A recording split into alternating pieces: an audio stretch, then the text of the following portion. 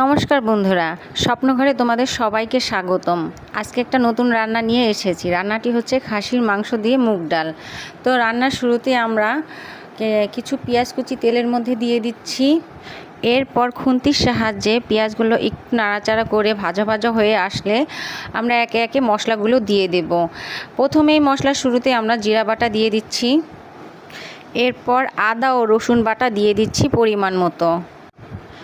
এবার 1 চামচ হলুদ গুঁড়ো এবং সেই সাথে 2 চামচ শুকনো মরিচ গুঁড়ো দিয়ে দেবে। তবে তোমরা তোমাদের পরিমাণ মতো মরিচ দিতে পারো, যে যেরকম ঝাল খাবে। এরপরে আমি সামান্য পরিমাণ জল দিয়ে একটু নাড়াচাড়া করে নিচ্ছি। মশলাটা যখন ভাজা ভাজা হয়ে আসবে তখন আমি একে একে মাংসগুলো এতে ছেড়ে দেব। দেখো, আমি মাংসগুলো যেহেতু ডাল দিয়ে রান্না করব, সেহেতু মাংসগুলো আমি ছোট ছোট পিস করে আনিয়েছি। এরপর মাংসগুলো আমি উপর নিচ করে ভালোভাবে নাড়াচাড়া করে মশলার সাথে মাংসগুলো মিশিয়ে নিচ্ছি। এই পর্যায়ে আমি সামান্য পরিমাণ জল দিয়ে দেব মাংসটা কষানোর জন্য। জল দিয়ে দেওয়ার পরে আর একটু নাড়াচাড়া করে আমি ঢাকনা দিয়ে ঢেকে দেব। এবার আমি ঢাকনা তুলে সামান্য পরিমাণ লবণ দিয়ে একটু নাড়াচাড়া করে আর সামান্য পরিমাণ জল এতে অ্যাড করব। তারপরে ঢাকনা দিয়ে আমি ঢেকে দেব। ঢাকনা দিয়ে আমরা কিছুক্ষণ জাল করব, তারপর চুলাটা আমরা বন্ধ করে দেব।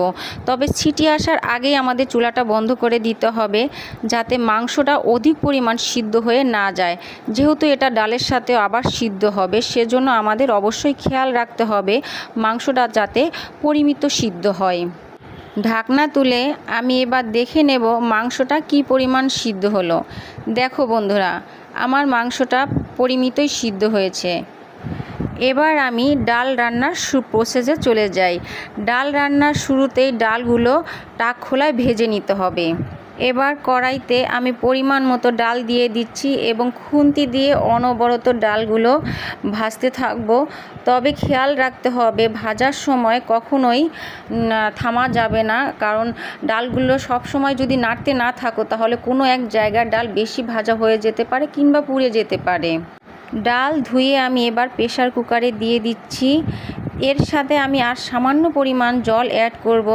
তারপরে প্রেসার কুকারের ঢাকনা আমি ঢেকে দেব।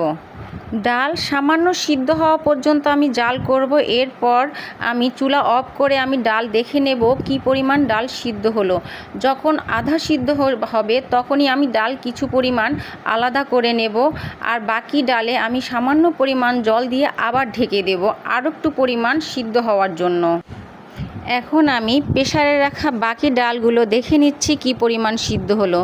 দেখো বন্ধুরা, আমার ডালগুলো এখন আগের থেকে অনেক বেশি সিদ্ধ হয়ে গেছে। এই পর্যায়ে আমি ডালটা নামিয়ে নেব এবং কড়াইতে বাকি ডালটা ঢেলে দেব। প্রেসারে সেদ্ধ করা ডাল আমি কড়াইতে ঢেলে দিয়ে এর সাথে সামান্য পরিমাণ জল অ্যাড করছি এবং সেই সাথে আগে থেকে রান্না করা মাংসগুলো এতে ঢেলে দিয়ে এবং আধা সেদ্ধ করা ডালগুলো এতে ঢেলে দিয়ে সামান্য পরিমাণ লবণ দিয়ে দিচ্ছি। আমি তোমাদের আগেই বলেছি আমি লবণটা ধাপে ধাপে দেব, যাতে কোনো কিছুতেই লবণ অতিরিক্ত হওয়ার সম্ভাবনা না থাকে। আর খেয়াল রাখবে ডালটা একটু পাতলাই রাখবে, কারণ ডাল নামিয়ে নেওয়ার পরে ঘন হয়ে যাবে।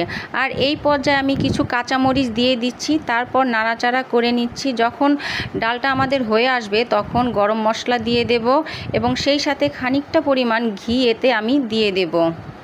ঘি দিয়ে একটু নাড়াচাড়া করে আমি ঘিটা ভালোভাবে মিশিয়ে নিয়ে তারপরে ঢাকনা দিয়ে ঢেকে দেব। এরপর আমি ডালটা নামিয়ে নেব।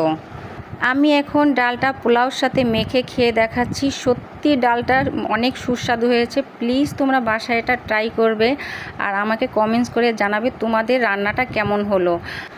আর আমার ভিডিওগুলি যদি তোমাদের ভালো লাগে প্লিজ তোমরা সাবস্ক্রাইব করে রাখবে আর অবশ্যই লাইক দেবে। তোমরা সকলে ভালো থেকো। টাটা।